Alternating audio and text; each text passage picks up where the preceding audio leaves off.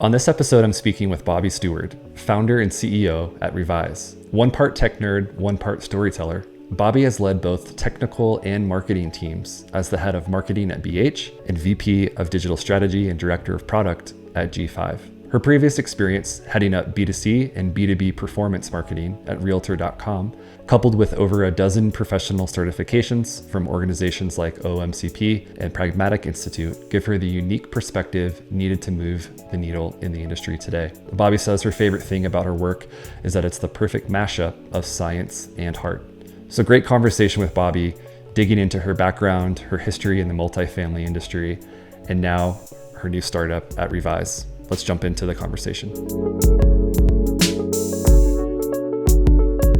All right, Bobbi, thank you so much for hopping on the podcast today. Thanks, Chris. I'm super excited to be here. Yeah, and I'm really excited to connect with you. There's been a lot going on in your world over the last few years, and I'm excited to get to the place where we can kind of dive into all that. I would love to really just jump in though and hear a little bit about your upbringing and experience in the Pacific Northwest as a youngster. I always love to dig into the history behind the person and behind the stories. So let's start there. What were those early years like for you? Yeah, growing up, I grew up in Oregon, and really spent the entire sum of my childhood in the Pacific Northwest. So grew up in Central Oregon, uh, with a family who was always surrounded by music. Those are some of my earliest memories. My dad is a drummer. I always say like he's a drummer by trade, and then his day job pays the bills. But growing up, we had our house was full of music equipment, speakers, amplifiers, drum kits. And my parents both actually worked at the local lumber mill. So we were very, very working class. My mom took night shift so that my dad could play music in the evenings, and always just surrounded by people and music. And Mm. really enjoyed that. So Yeah, that's really, it makes me think of actually, so right now I have a 2.5-year-old son, and locally we had a little summer concert series that happened recently. And we rode his little bike down there, and like it was the first time that he was ever able to see live music, right? Like as a band performing in front of an audience. And I took a few videos of it, and in the moment he was very just a little, I think, shell shocked and yeah, like looking on at everything and wanted to see the guitars and the drums. And I have a little bit of a musical background myself, and so we were pointing out the drum kit and the bass guitar and stuff like that. And he loved it. And I have to imagine your experience was really similar as a kid, just kind of like wide-eyed and really enjoying being around that kind of a environment. definitely. And I didn't know any different. So to me, that was just life. But my dad, there were a couple of times where he would take us to his sound checks, and he'd let us sing in the microphone, and he'd record it ahead of time. So he has a Mm. couple recordings of me and my sister singing Twinkle, Twinkle, Little Star when I was Oh, like cute. 3 years old. And vividly remember one time my younger brother, when he was 2, he would crawl into the bass drum in my dad's kit and just nap inside the bass drum. Yeah. So, which Were is there any awesome. were there any pillows or anything in that drum kit? Yep, totally. Like Okay. this huge 70s pillow, brown, orange, and yellow to muffle the sound. So it was Yeah. super cozy. Cool. Um, That's awesome. yeah. I have to ask because I'm a big music nerd. Love a few different genres, but did your parents have any specific genre that they like introduced you to as a young kid that you still listen to today? So, yes, for sure. My dad was always into classic rock, and that's kind of my first love. Interestingly enough, I have an eclectic taste in music. I love everything. But there's one song that is absolutely my favorite song ever. It's Heart of Gold by Neil Young. And Okay. that's kind of my like throwback to dad's classic rock. Neil Young is actually playing in Bend 2 weeks after my birthday this summer. So I get to go and see it, which is going to be amazing. Amazing. That's great. Um, but so my mom on Saturday mornings, she would always put George Michael's Faith record on. And Mm, her and my sister and I would dance in the living room. And that was such an impactful experience for me. So I've got that 80s rock twinge, mixed with a little bit of the classic rock from my dad. But then cool. in my teenage years, growing up in the Pacific Northwest, I couldn't help but be influenced by grunge rock. So There we go. Nirvana, Bush, Mazzy Star, those were like my Oh man, I have core to tell you loves. this. So I have to tell you that. So Pearl Jam's one of my all time faves, and my son, he now is requesting Pearl Jam, and he likes their song Daughter, and so he always comes to me and Awesome. says Pearl Jam Daughter, and I Oh, absolutely love it. So we're raising our kids right on the right that music. is awesome. That's I'm awesome. confident. You Yeah. know what's funny though is that my son, 4.5, he just decided to buck the trend and he is a huge Taylor Swift fan. So Okay. now in my household, we listen to Taylor Swift, which is something I never thought I'd do, but she is actually a brilliant musician. So Mm. My wife is a Taylor Swift fan, so I'm sure that we'll go across the genres over the years as well. So it's it's great awesome. though. Yeah.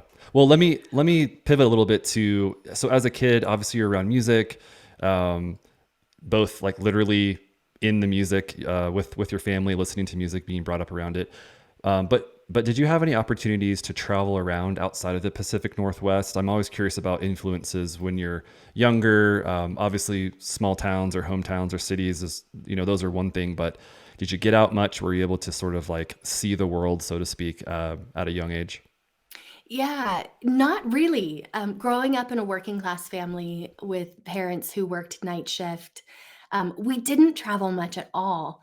The first time I ever flew was in the early 90s. I was 14, 13 or 14, and I flew to New York City for a choir trip with my choir. And that was my first real experience getting out and getting a taste of the world. And I remember thinking on that trip, and granted, like, this is the early 90s, so they gave us a lot of freedom on that trip. I remember a Hmm. few classmates came home with tattoos when we're like 14 years old. Whoa.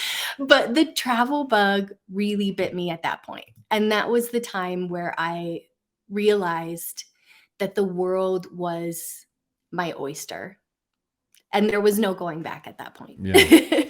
And so I know this from previous conversations, but after high school, you went on to attend college in Southern California. You went to Australia. You continued to travel and explore. What were some of those trips or experiences like that started to just sort of collect in your travel hopper, so to speak?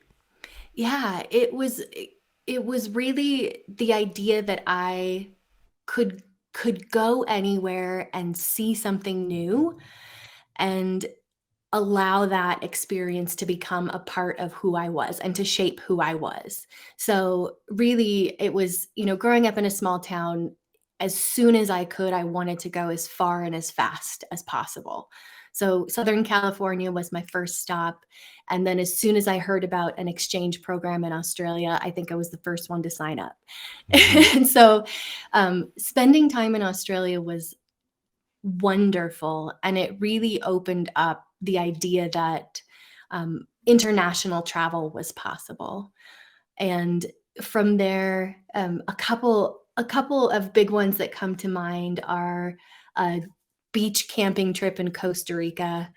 Um, Mm. I landed in Fiji one time with lost baggage and spent the entire 7 days in a hoodie and jeans, Oh wow. which I don't recommend. Not in um, Fiji. Not in Fiji. And even then, it was the idea of exploration. And so, on a couple different occasions, I actually sold everything I owned and lived in a van. Once traveling around the US, which was amazing. I think we hit 40 different states over the course of 10 or 11 months. And then eventually found myself moved from Northwest Montana to New Zealand, again, where I traveled around in a van. and eventually met my now partner. Was that before van life was cool? You sort of like were blazing a trend before it was all on Instagram, I think. Oh, it was way before van life was cool. This was before cell phones, Chris. I was Okay. living in a van with no cell phone. Wow. And I actually still have it, but I had this giant atlas, a road atlas, Oh yeah. where you would flip through the pages, and I had a yellow highlighter, and I would highlight the routes we wanted to travel. And I mean, there were no phones. There was no, you don't ask Siri for directions. So No. Yeah, no, it was wonderful. I remember those times. I always appreciated my parents having the giant roadmap atlas books in the car, and especially when we were on road trips, being able to sort of like flip the giant pages from state to state and see where you were headed. So I remember Yeah. those days. Yeah. The 90s are very underrated, right? Because it was the last analog era, and it was the last time of this lack of connectivity that we overemphasize these days Yep. to some extent. Yeah. Yeah. And the thing for me was you almost had more choice because you could see your options, and it wasn't always about faster, farther, harder. It was uh, survival, right? Yeah. You were just being. You were just being. That's a great way to put Mhm. it. Well, I want to hear about your early career years because I know that, some of the bigger stops you had later on, which we'll get to, were are really impressive and interesting in their own right. But I'm curious, and I'm always curious about guests that come on, is was real estate like this target that you had from the very beginning? Did you stumble your way into that world? Just sort of set the stage for us. Yeah. Real estate was not. And I think part of that was because of the idea that growing up, my parents eventually split, and my dad lived in Washington. My mom stayed in Oregon. So for the first 4 years of elementary school, I changed schools every 6 months and moved back and forth, and kind of built this identity around being a nomad a little bit. So never really having that concept of home or belonging. But as soon as I was old enough to buy my own house, I realized that I could create kind of my own sense of belonging and the place where I felt like home. And so I think that was when the tide turned for me, and I really started to value the idea of home as a concept and as something that could be transformative and Mm, create that source of strength. So, really, really quickly developed a huge passion for real estate and the idea of putting roots down in different places to, instead of just travel on a whim, actually start to build a future life where I had these connections. mm, From a career perspective, I was always a super hard worker. My mom really taught me the value of hard work, and she retires next year, which I'm so excited for her. It's going to be a huge milestone. But growing up, my dad had a small business, and so every summer I would go and work for him from the age of like 8 or 9. And then I got my first real job when I was 15, and was working in the records department at an insurance company where I was transferring paper files to digital using a microfiche machine. oh And yeah. that's really, really going to date me. A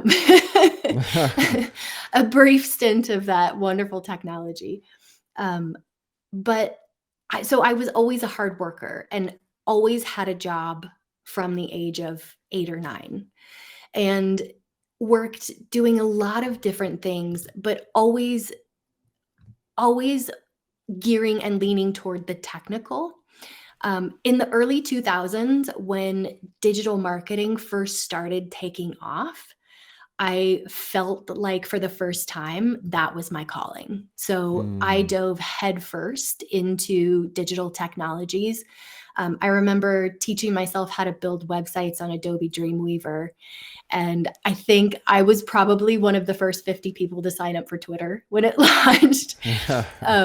But really just felt like, okay, this is the perfect culmination of creativity and technicality. And I feel like it's new enough that I can jump on the front end of this and really make something of it. Yeah. Thanks for listening to this episode of Transforming Cities, brought to you by Authentic. Authentic delivers premier multifamily brand experiences and smart digital marketing. Our proven approach aims to accelerate leasing velocity, boost rental rates, and increase long-term value. Simply put, we see brand as a business asset. You can find out more at authenticff.com. Were there any formidable moments during I'll say the early 2000s where you thought to yourself, like, this is it, like technology is where I want to be? Because I'm right there with you. I was, dabbling in Dreamweaver. Actually, before Dreamweaver, I think it was Microsoft Front Page. Then it was Dreamweaver. And then these other platforms started to emerge, right? But I think I'm right there with you because that was a very exciting new frontier, sort of Wild West moment of internet technology. Yep. Looking back, was there a time or a couple times for you where you said, okay, this is fascinating, this is interesting, this is where I want to be, whether that's app specific or just sort of like of the time where you look back and you think, oh man, that was it? That's a great question. The first thing that pops to my mind is I think it was 2010, 2011. And I was running social media for a big conference that focused on human rights and social justice. And this hashtag for the conference made Twitter's top trending list. And at that time, that was like the pinnacle of social media. Because everyone saw it.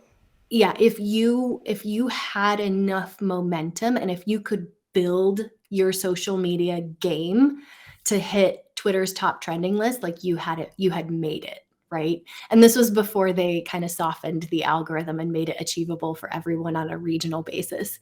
But I remember at that moment thinking, wow, like I'm just a kid who read some stuff online and figured out how to do this. And I'm pushing some buttons in the background and building this groundswell around a topic that really meant something to me and getting all of this exposure for human rights and social justice. And I'm just me, like I'm nobody special. And it was at that moment that I think it hit me that you can really, like, the decisions that you make and the keys that you touch can really change the world when you work in digital marketing. It sounds crazy to say. No, it doesn't. But you can change hearts and minds. Like marketing is powerful. That's a great story. Yeah, I love that story. Well, let's use that as a pivot point into G5, which was a major career point for you. You spent many years with the team. It makes me wonder what drew you to that opportunity, be it sort of the real estate side, because you were starting to think more about that, or was it the technology side, which you had obviously taken a dive into head first? Was it something else? Was it a combination of all of those things, like in a big pot? What was the pull? Yep. It was the combination of both. And the funny thing is I actually learned about G5 through a Craigslist ad. So shout out to Craigslist in the early 2010s. But yeah, G5 was the combination of all of those things. And I remember throughout the interview process meeting so many people just like myself and thinking, wow, this could be my tribe, right? Up until now, I had been self-taught, kind of working as a maverick, working in a silo, just doing what I could see was working. And the idea of joining a team where I could combine my efforts with, a group of like-minded people to actually impact the way that people find a place to call home was really appealing to me. So it was the convergence of two things that I was incredibly passionate about at that time. And it's such an incredible opportunity. Yeah. It occurred to me that some of our listeners and viewers might not know what G5 is. And so I want to ask you, just at a high level, sort of, G5's mission, what they were all about, especially when you joined, give me the G5 banner, just a quick story about what they're all about. Yeah, G5 is a predictive marketing technology company that serves primarily the multifamily industry, as well as senior living and self-storage. They have since been acquired by RealPage. They are doing amazing things, but their core offering was helping owners and operators reach prospects and residents through top of funnel marketing channels. So everything from websites to SEO to digital advertising and call scoring. So really helping renters find a place to call home. That makes me that prompts me to ask you about your biggest takeaways from an experience like that, because you go from being a solo maverick to on this, kind of big team at G5. And if you look back, what were your biggest takeaways from that? I don't know, I guess I'll call it like your big first multifamily kind of like corporate experience with that big family, again, as opposed to I'm just this person in the back on Twitter, kind of like figuring it out, right? Like, so I'm curious, what do you look back on from that time? So many things. The biggest takeaway was how impactful you can be when you have the right people on the bus. And there was a time at G5, I think I'd say between 2015 and 2017, where it was the golden era of people on the bus. So many insanely talented humans were at G5 at that place and time. And if you look at that cohort, so many of those people have gone on to do amazing things and are really impacting the industry in a big way, whether it's through executive positions or starting new companies. There's a huge cohort of G5ers who are changing the world, which is really cool. The other thing I used to say all the time is that, and I remember saying this to my team over and over, is I really learned how to appreciate the beauty of scale. Now, as a marketer, you kind of come in a couple of different flavors, right? There are marketers who are passionate about the details, and they tend to thrive in environments where you have more creative control, more agency type environments where you can really get down to the details and you can fret over the details. And then there are marketers that are okay with the idea of less control, but being able to influence a broader swath of acquisition or conversion outcomes. And so for me, it was being able to go from being that independent lone wolf maverick who could fuss over the details and really control every lever of a program to having to scale a $250 million advertising program across thousands of rooftops across the country and being able to appreciate the beauty of scale. I'm curious about you ended up as the VP of digital strategy at G5. And one of the things you told me was that, and there's the question you asked yourself, which was, how do I look at the entire spectrum of digital marketing products and services? And I have to imagine, like, leading up to the point where you attained that role and position over the course of a few years, the idea of doing that when you first walked in the doors was probably would have been an overwhelming concept, right? But as you just said, you got to a point where you're overseeing $250 million budget across all of these different assets. How did you even manage to handle that as, again, the maverick coming in who is now in control of all of these decisions? Was that like an overwhelming moment for you, or did you just sort of lean into it, and were you able to rely on your team? Through and through, it was a team sport, right? It takes a village, 100%. And I think one of the things that I learned about myself was that I, while I have held the title of marketer on many different occasions, I don't consider myself to be a marketer. I am a strategic thinker. I'm a business strategist with a marketer's toolkit, and that has always kind of been my motto, is that I I love looking at the bigger picture, and I love seeing the story come together and helping to put people in the right spot and align the right tools to make an outsized impact. And so G5 really gave me that opportunity in the VP of Digital Strategy seat to coordinate and orchestrate the entire digital marketing journey across disciplines and functions, which was incredible. Mm. There were so many times where I thought to myself, like, how am I, someone who is not, um, classically trained in these disciplines, how am I capable and able to be leading the charge? And there were some moments of, imposter syndrome. And still today, even in everything that I do, that's always um, poking his head up from the back. But there there were so many moments where I realized that I was just as capable as everyone around me, and it was really getting those opportunities to kind of go behind the curtain and Mm. realize that I am no different from the people who are, um, in the C-suite or making these industry-changing decisions. And I think the moment for me where I really understood that deeply was when I moved into product management and began trying my hand at leading engineering teams to actually build the technology that underpinned the marketing systems that G5 produced. Mm.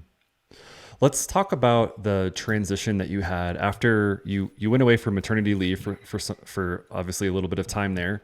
Um, you came back and you mentioned to me that you got to a point where you're just ready for a change, and you weren't necessarily sure exactly what that was at first. But talk to us a little bit about how that chapter started to come to a close, and then you had an opportunity to transition to what was I don't know if it's was called this then or it's still thought of this now, but sort of the hated ILS world, as you jokingly mentioned to me. But let's talk about that transition, because I know that is never necessarily an easy, clear cut path either. Yeah, for sure. So being on the front end and leading the managed services and digital strategy world at G5 was incredible, but I was using the technology that the product and engineering teams had built. And I always had this desire to be able to influence and drive the development of the technology, right? I wasn't just satisfied using it and mastering it.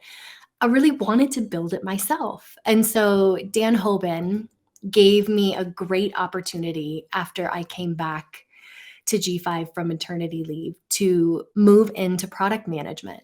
And he supported me going through training and certification from Pragmatic Institute to get my product manager certification. And then I got thrown into the deep end, working with both onshore and offshore engineering teams, having to learn how to write stories, do backlog grooming, how Scrum worked. Right? It was going into this completely foreign world, Mm. and really having to run pretty quickly to catch up and try to make magic happen.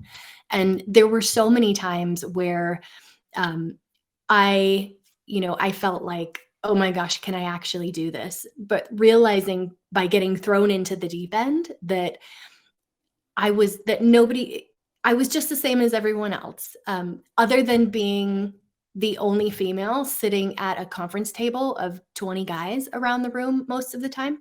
I was just Hmm. like everyone else.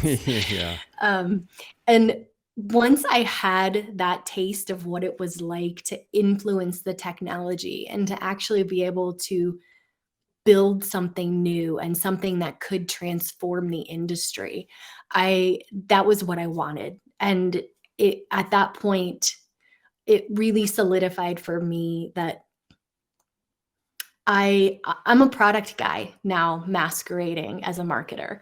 So I had an opportunity in early 2020 to join Realtor.com right at a really transformative time for them.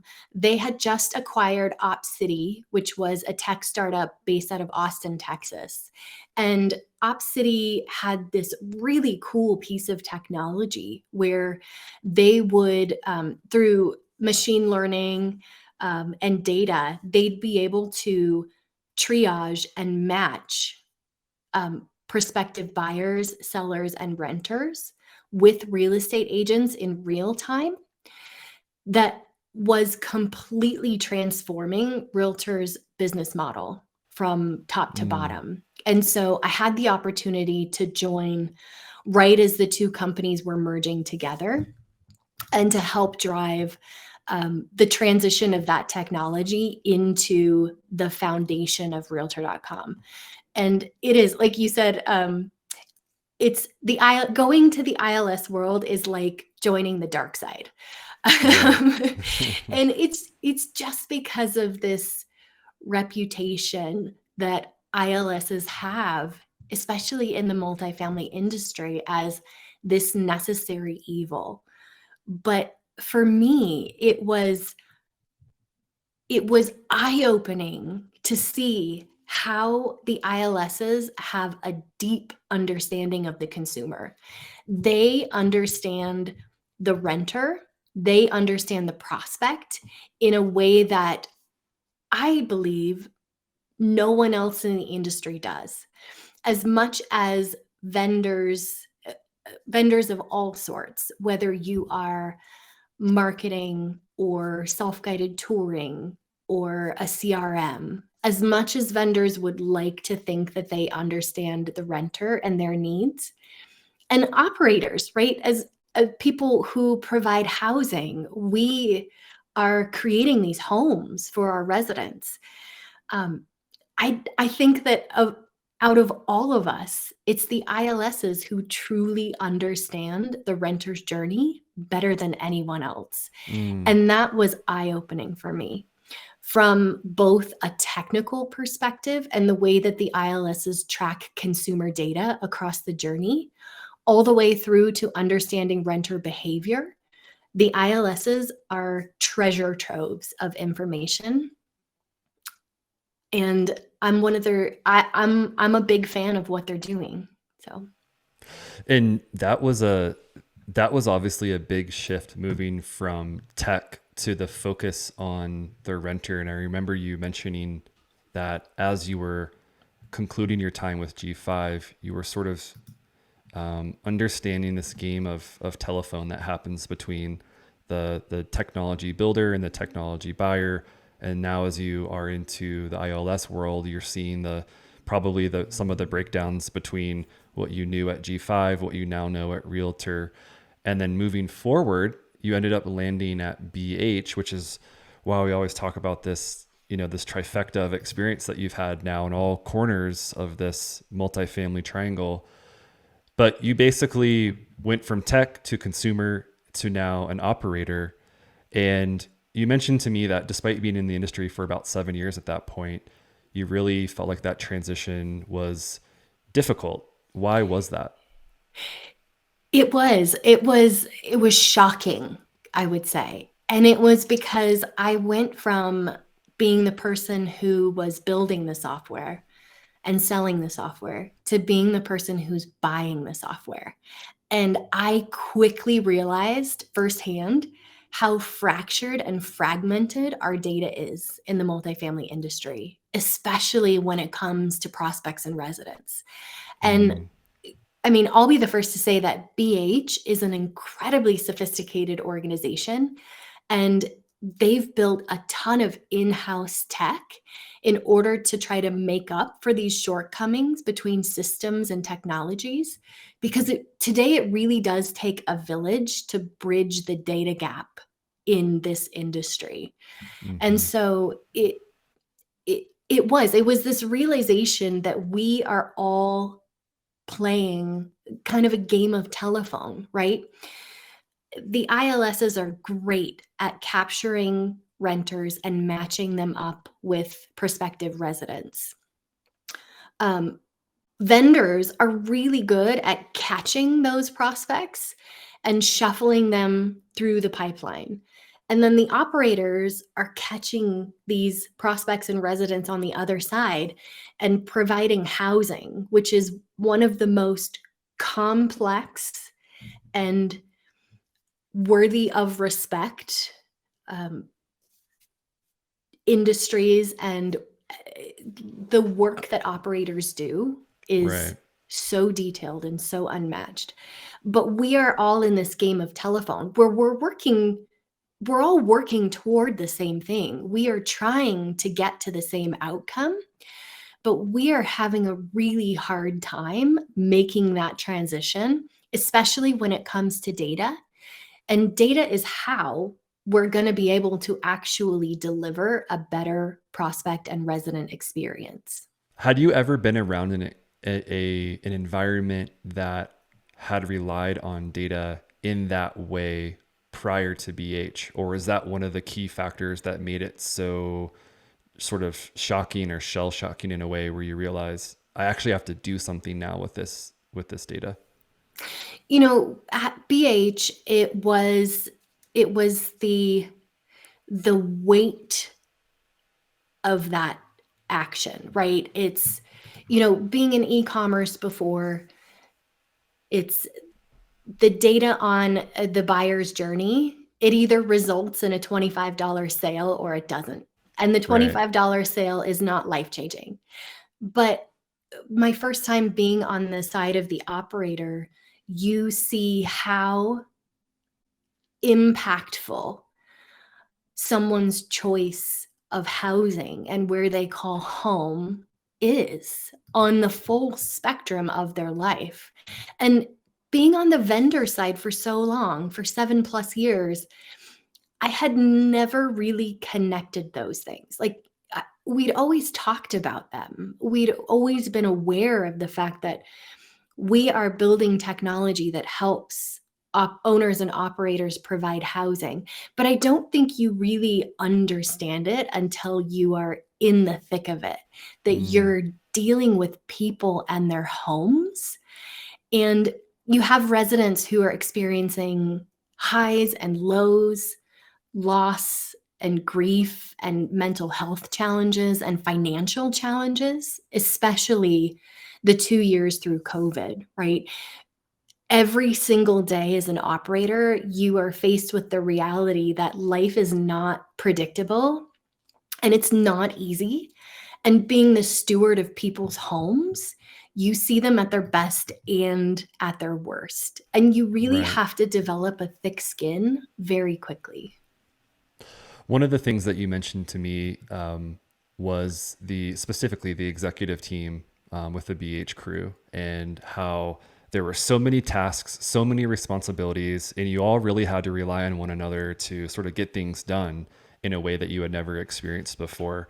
What were some of those things? Because I think it really springboards into this new phase that you're in now, which I can't wait to get to. Yeah. That was one of the biggest eye-opening things for me. Having been in the leadership team at tech companies, I realized how what we were providing was pretty narrow, right? At Realtor.com, you're connecting renters, buyers, and sellers to agents and operators. At G5, you're building marketing technology for the industry. But at BH, the spectrum of tasks that the executive team had to tackle was so broad and so deep, and no one else sitting at that executive table crossed over with what you were doing. You were 100% reliant on the head of that department to know what they were doing and to be making the best decisions for the company.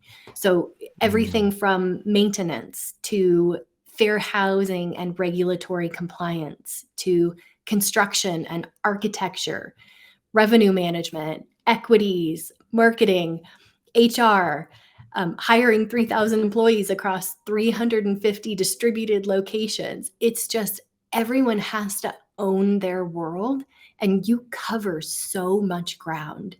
And the amount of trust that the team had with each other was unlike anything I had ever experienced before. It's such a healthy, beautiful environment. And really, I owed so much to Joanna Zabriskie, the CEO and my boss. She is an incredible human being and has built such a stellar company over at BH. With all of that context in mind, from G5 to Realtor to BH, I want to make sure that we shine a bright light on your newest venture, Revyse. So I know that you can explain it better than anyone else, and I definitely want you to do that. But it's really your first exposure as your own startup, combining all of these different pieces of that trifecta into your own company. It solves a very specific problem for the multifamily industry, and I want you to do your best to explain that to the listeners and the viewers. Give us the pitch, give us the big idea for the platform. Yeah, it arose from a period of transition that I went through after I had been at BH for about 2 years, and my team had accomplished so much in that time period. It was an incredible experience of huge transformation.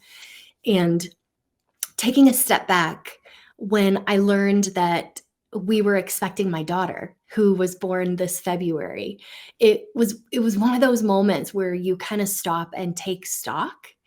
And I couldn't help but think about who I wanted to be as a role model for her. And it hit me in a way that was a little bit different.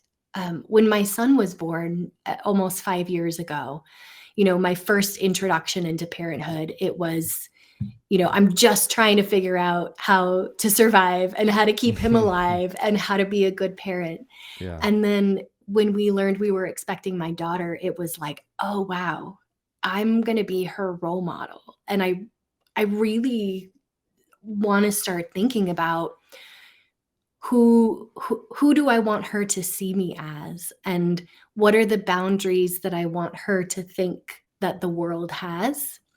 And so I really started thinking about what is next for me, and what is it that I'm passionate about? How can I take the culmination of the last 10 years of experience in the multifamily industry and turn it into something influential, something where I can give back and help the industry innovate and come together.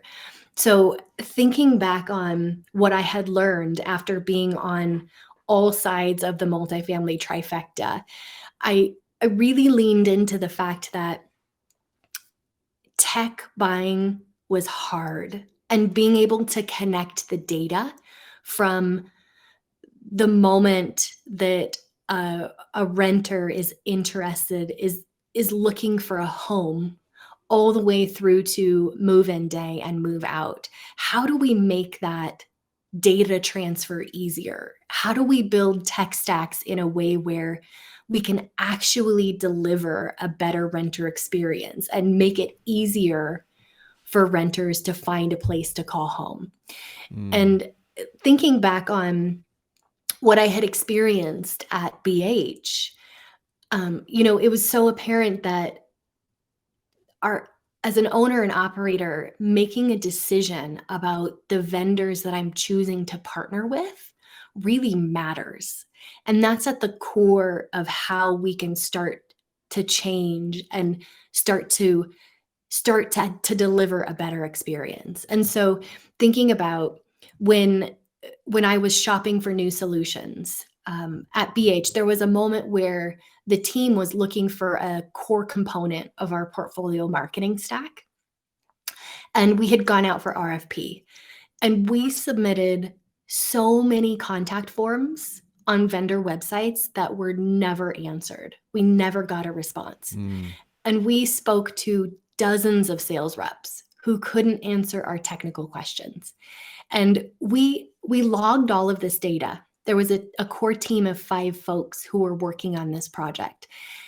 And when we got through the project, we looked back and we realized it had taken us an average of 3.5 meetings before we could get to a technical resource who could actually talk through data integrations in an intelligent way.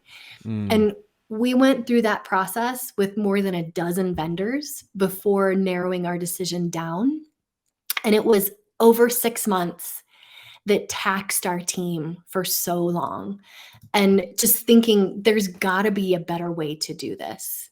And so it was really that shared experience and desire to improve this process that resulted in the foundational idea for Revyse. So yeah, I have to, this is a question I have to ask all entrepreneurs. And as a quick tangent, I think the listeners will appreciate this. This is a curveball, Bobbi, so here it comes. yes, bring it on.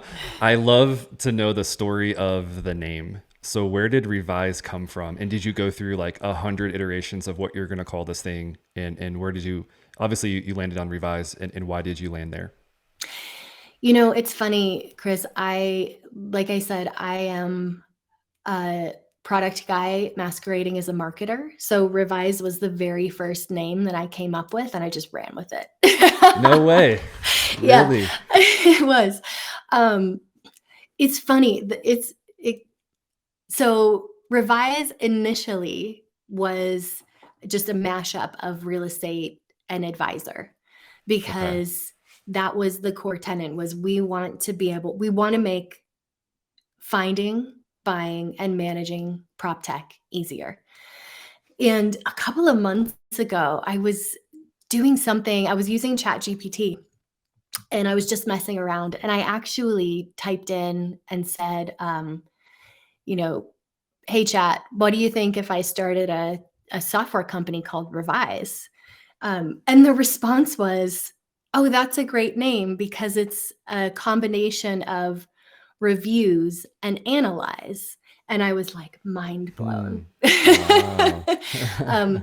Which now today, so Revyse, we just launched our flagship product, Revyse Discovery, which is a prop tech discovery and review platform that helps multifamily owners, operators, developers, asset managers find new products, compare reviews, analyze features and benefits, and connect with vendors. So, I mean, ChatGPT knew better than I did. Right? Yeah. So, wow. Yeah, our team at Authentic is excited to be a part of the platform. You launched it during NAA this summer, and from everything I've seen, it was very well received. The industry has been ready and waiting for a platform like this. I know I've heard about rumblings of something like this, has been needed for the last at least 5 years or so. What was the reception like within the industry so far? it was overwhelmingly positive. There was so much support from all sides of the industry. And it's still, I don't know why, but it still surprised me, right? Even having been through it firsthand on both the vendor side and the operator side, I was so passionate that this was something that could help the industry. But hearing everyone, seeing the overwhelming support has been incredible. And the numbers prove it, right? In the first 7 days, we had more than 20% of all product listings claimed and more than 10,000 views. So it's gotten a lot of eyeballs, which is amazing. And like at the core, our mission is to really start to try to bridge that gap between vendors and clients and make it easier to discover and buy software. So it's been amazing. But at the same time, again, I'll say, like, I wasn't surprised because we've had so much data to back up the need.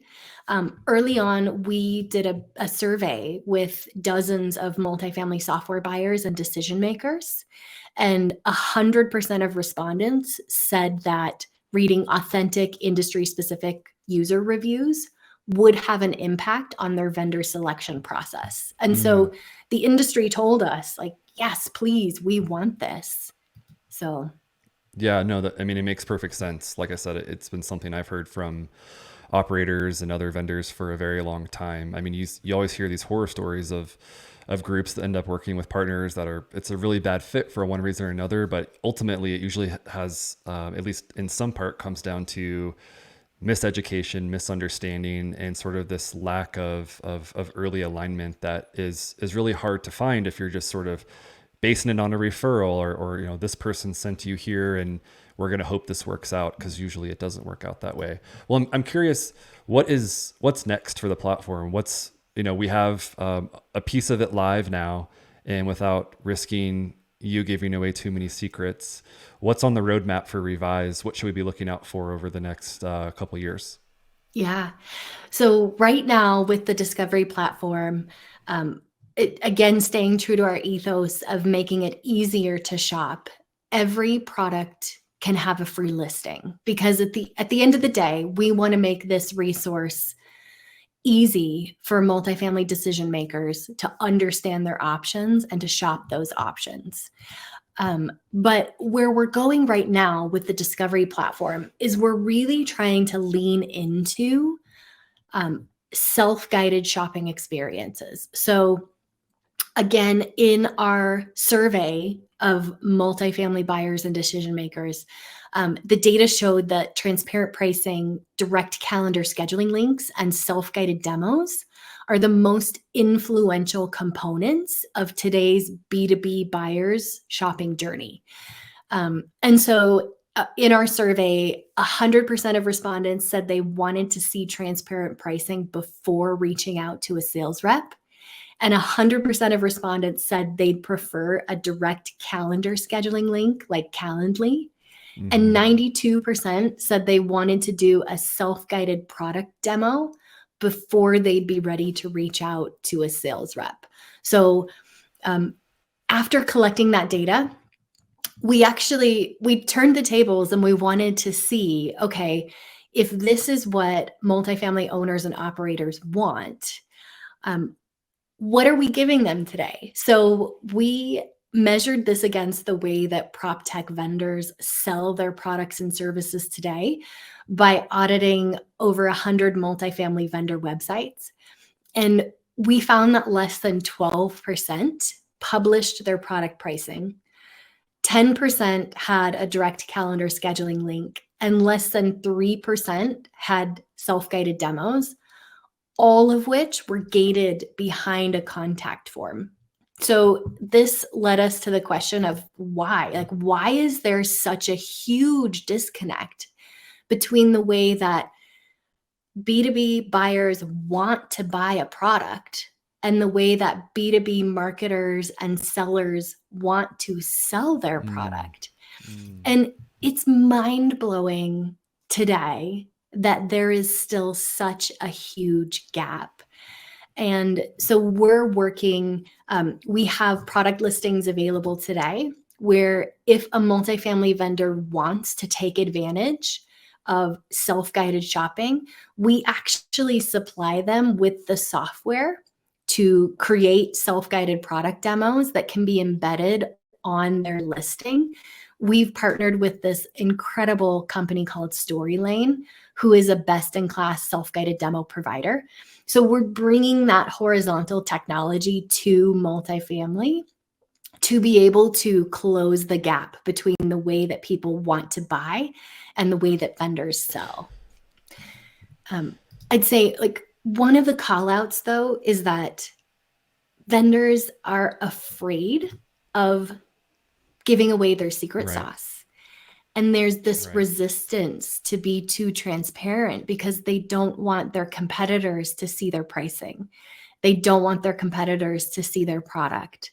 And so one of the ways that we've solved for that with the Revyse platform is that all of that sensitive information is gated and it's only visible to approved, verified buyers. So if I'm a multifamily developer, operator, asset manager, I can sign up for a free account and get approved as a buyer. and I'll have access to view all of that sensitive content, like case studies, pricing, videos, demos. But as a vendor, all of that is gated, so I can't go and sneak a peek at what my competitors are doing.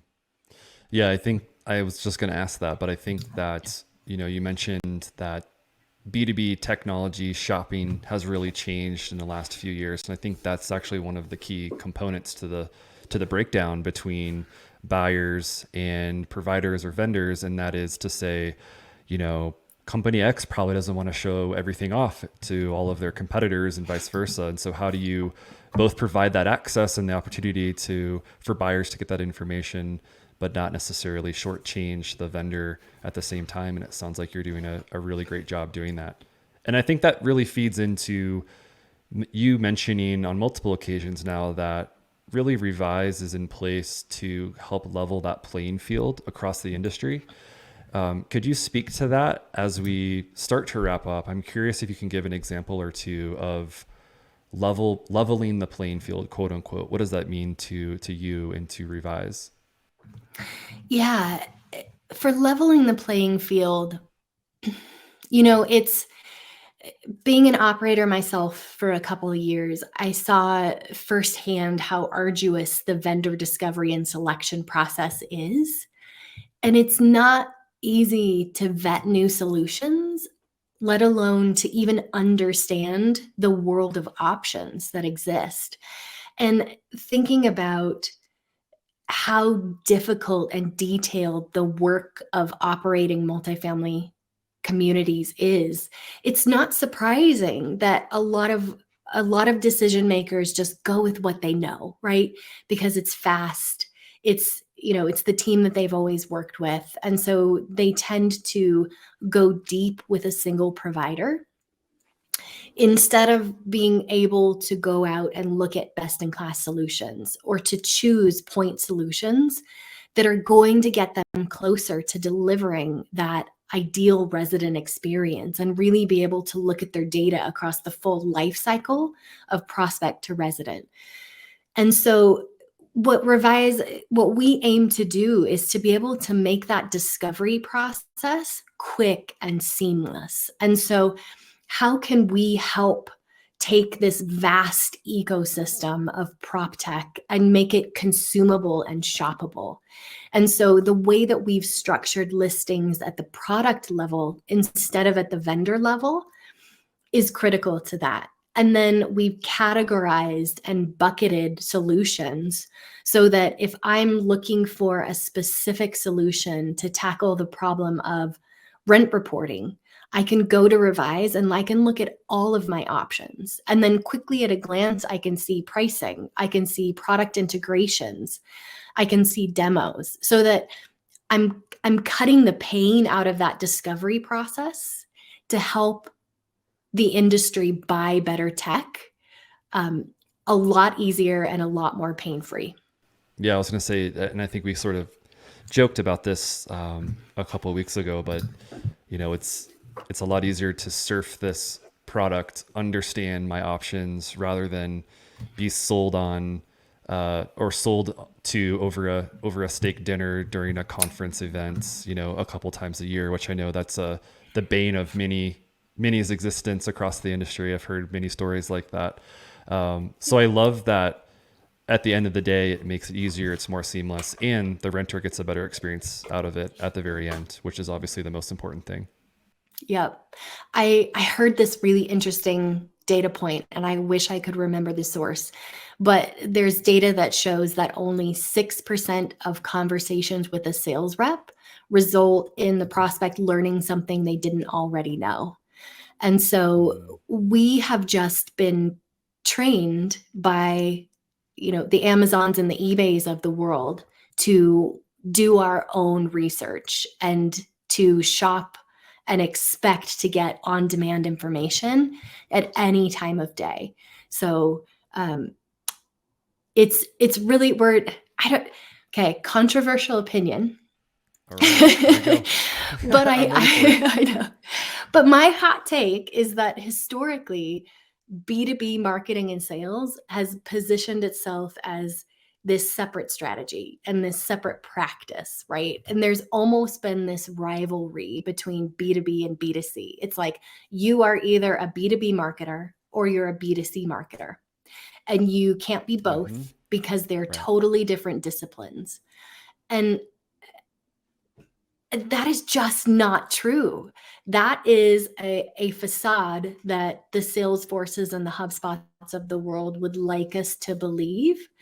But those walls have been dissolved. And we are living in a B2C world. And B2B buyers expect their experiences to mirror that of B2C. They don't want to have to request to download a white paper because it's been gated by a contact form. And it's, the reality is that we are all living in a B2C world. So my apologies to B2B marketers, but got to get on this train. No, I think that's a great point. I mean, I think that's a fantastic point. I mean, a lot of our marketing at Authentic now is less about trying to sell to another company, another operator, developer, or whatever. And it's about talking about the problems that they can solve that makes the experience for the renter better. Because at the end of the day, it's about the consumer. It's not necessarily about them. And I think that's really flipped the whole idea on its head over the last few years within the multifamily industry specifically. So I'm right there with you. Bobbi, this has been amazing. I love chatting with you. I feel like we could rap about marketing stuff for a long time. I always like to wrap up with a couple quick rapid fire questions just to get your hot take and opinions that the listeners can walk away with. Being in the middle of it, in the epicenter of prop tech right now, to you, what is the most exciting shift you're seeing in this B2B prop tech world over the last 12 months or so? I mean, I have to say it's being able to close that arbitrary gap between B2B and B2C marketing and sales, because people are people and we all want that frictionless Amazon-like experience now. Here's a curveball. Do you think that people want to buy from a company, or do you think that people want to buy from a person? I would actually say people want to buy an alignment with their values more so than either of those. I think we've finally hit critical mass in the generation that cares about the meaning behind where their dollars go. And as you look at the data shifting where more millennials are in the buyer and the decision maker seat now than ever before, I think that people want to buy products where they align with the values of the company and they support the mission and the purpose. And then secondarily to that, it's for sure the people. But I think that you can't get by with mediocre tech anymore.